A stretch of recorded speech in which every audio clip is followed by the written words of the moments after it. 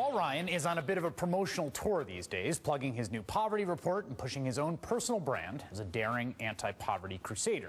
And that tour landed him on Bill Bennett's radio show this morning, where he's able to talk at length about his deep and sincere concern for the poor in this country.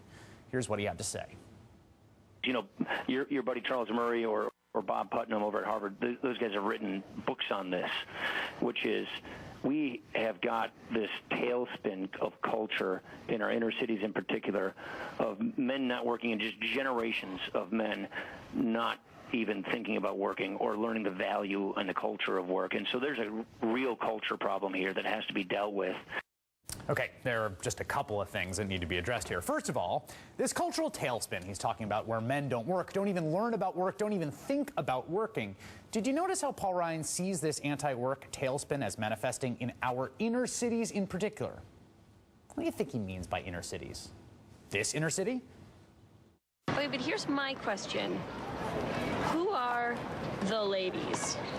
Avi, we're the ladies. I'm not the ladies. Yeah, you're the ladies. No, that's a little far from the center of the city. Maybe when he says inner city, he's talking about something closer to Midtown like this. For publishing, you need two things. A tough hide and a dry martini. Martinis in the morning, is this allowed?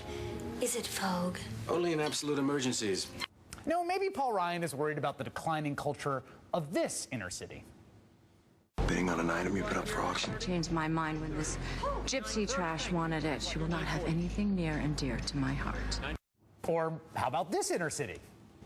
Hey, George, stick them up. For these German tourists. Pretend that I'm robbing you, huh? Why? So these people can go back home and tell their friends they saw a real New York mugging.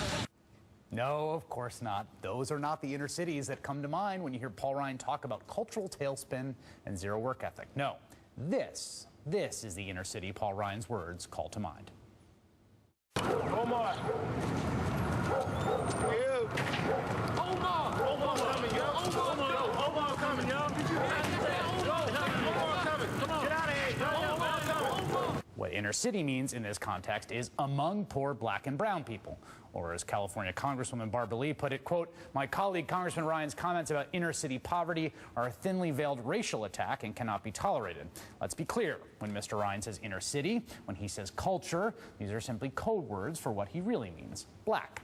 And so, what Paul Ryan is saying, apparently, when you swap out black and brown people for its obvious semantic cover, is that there is a culture of black and brown men, quote, not even thinking about working. Now, I will say this for Paul Ryan. He is correct. There are shockingly high levels of unemployment in the, quote, inner cities, particularly among men. But I can think of, I don't know, a dozen, even 100 reasons why without getting anywhere near the culture of work. Now, you might have also noticed that Paul Ryan cited a man named Charles Murray in his little explication on the culture of work. Charles Murray co-wrote a book arguing that white people are smarter than black people. Southern Poverty Law Center lists him as a white nationalist, though I think he'd dispute that. So I'd call that a dodgy citation, but hey, your mileage may vary. The real irony is that Murray's latest book argues the very cultural problem Paul Ryan is describing is rampant among working-class whites in this country, far from the inner city.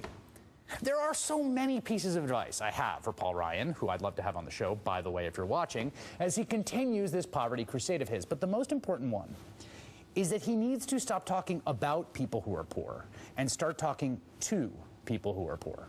You start out in 1954 by saying by 1968 you can't say that hurts your backfire, so you say stuff like forced busing, states' rights and all that stuff.